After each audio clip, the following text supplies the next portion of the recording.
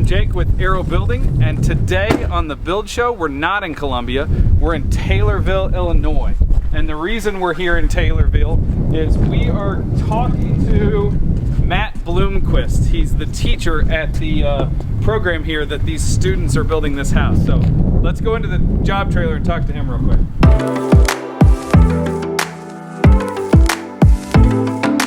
Okay guys, this is Matt Bloomquist. He's at the Taylorville, Illinois High School, and the program that you're in charge of is called what? Building Trades is the class, Building Trades House Building Program. And this is the Building Trades classroom, in effect, when you pair it with the house you guys are building. Yeah, we call this the mobile classroom. It was an old camper trailer that was donated to us. The kids last year ripped it apart.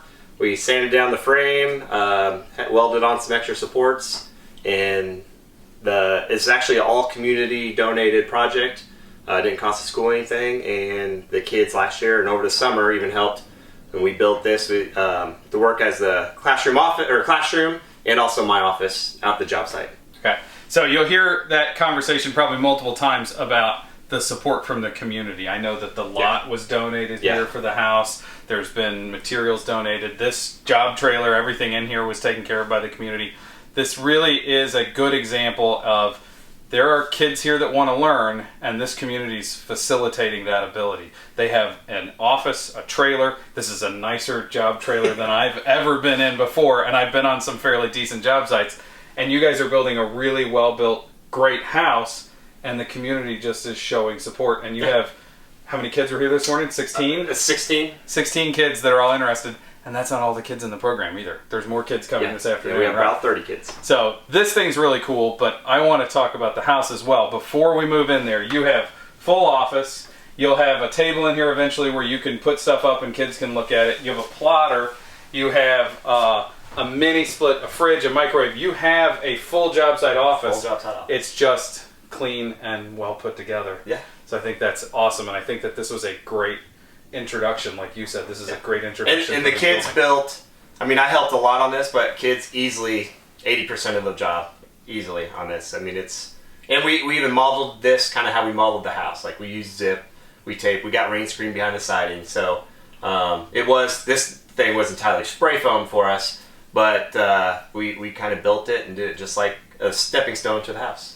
That's awesome. Okay, let's go inside and look at that house. All right, Matt, now that we're inside, the building assembly. You guys had somebody else pour the concrete so you could get it in before the semester started. Correct. It's an ICF foundation. We're on a crawl space. We just went down to the crawl space. We saw that the crawl space is encapsulated. You have 10 or 12 mil poly over the entire floor. It wraps up the walls. It's terminated on the wall. The rim board downstairs is already spray foamed in place and warm. Up here we're 2x6 walls. I see you have zip R on the outside. So you have that R6 insulation on the continuous on the outside of your framing. On the outside it's all taped. There's a rain screen. Yes. Then your siding. The ceiling's already drywalled because you're stealing some of our, not stealing, sharing some of the same details that we're using for air sealing. And we're at a point where the kids are still continuing for the rest of the year on this house. Yeah. And they've got to do all of this except for the actual set, the concrete ICF blocks. Yeah. And they've been able to be hands-on through the whole process. Yeah. Now, obviously, some of those kids are probably more involved than others. And there's a few that raised their hand today when I said, how many of you were actually going into the trades? So what is your opinion on what this house and this program means to those kids? One of the things they're learning how to build a house. We obviously implementing building science, following what you guys have been doing, Steve, for them, it's even more than just building the house. That's great. Even though they build one house, they're not going to know how to build a house. It's more just trying to create good employees for the trade. Have that basic knowledge, read and tape measure, know how to use the power tools, understand how to frame walls. It's, our goal is to make them good employees and get them to a point where they can show up on the job site and they would be a beginner asset. They're not going to be a walk-on finished carpenter or master framer, but they can work with those guys and they know how to cut a board to a certain length, or they know how to nail off when framing up 2x6 walls properly, or whatever it may be. We want them to be able to walk on a job site, have an understanding, and be an asset right away.